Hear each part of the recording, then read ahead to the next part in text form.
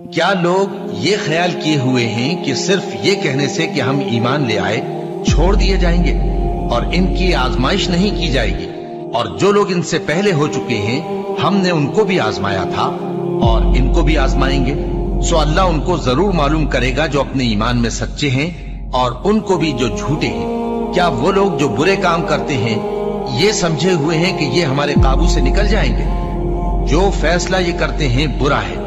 जो शख्स अल्लाह की मुलाकात की उम्मीद रखता हो तो अल्लाह का मुकर्रर किया हुआ वक्त जरूर आने वाला है और वो सुनने वाला है, जानने वाला है। और हम किसी कदर खौफ और भूख और माल और जानों और मेवों के नुकसान से तुम्हारी आजमाइश करेंगे।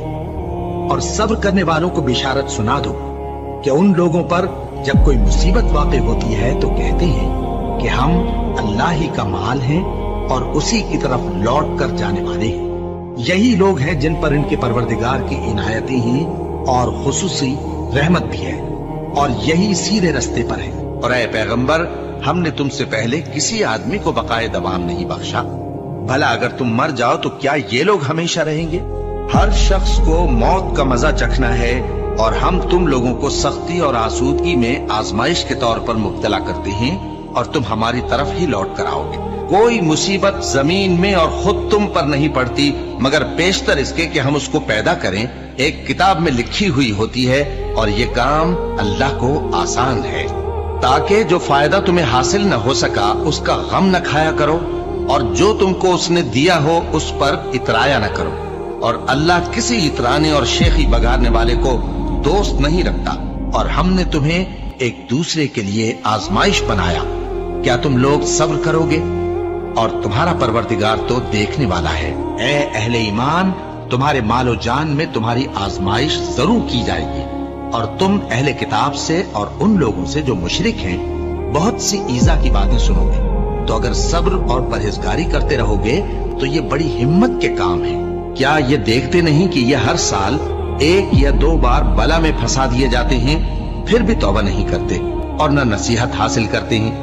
और जो मुसीबत तुम पर वाक़ई होती है सो तुम्हारे अपने करतूतों से, और वो बहुत से गुनाह तो मुआफ कर देता है। और तुम जमीन में अल्लाह को आजिज नहीं कर सकते और अल्लाह के सिवा न तुम्हारा कोई दोस्त है और न मददगार। क्या तुम ये ख्याल करते हो कि यूं ही बहिश्त में दाखिल हो जाओगे और अभी तुमको पहले लोगों की सी मुश्किलें तो पेश आई ही नहीं? उनको बड़ी बड़ी सख्तियां और तकलीफें पहुंची और वो सऊबतों में हिला हिला दिए गए। यहाँ तक कि पैगंबर और मोमिन लोग जो उनके साथ थे सब पुकार उठे कि कब अल्लाह की मदद आएगी। देखो, अल्लाह की मदद अनकरीब आया चाहती है। अल्लाह किसी शख्स को उसकी ताकत से ज्यादा का जिम्मेदार नहीं बनाता। अच्छे काम करेगा तो उसको उनका फायदा मिलेगा, बुरे करेगा तो उसे उनका नुकसान पहुंचेगा।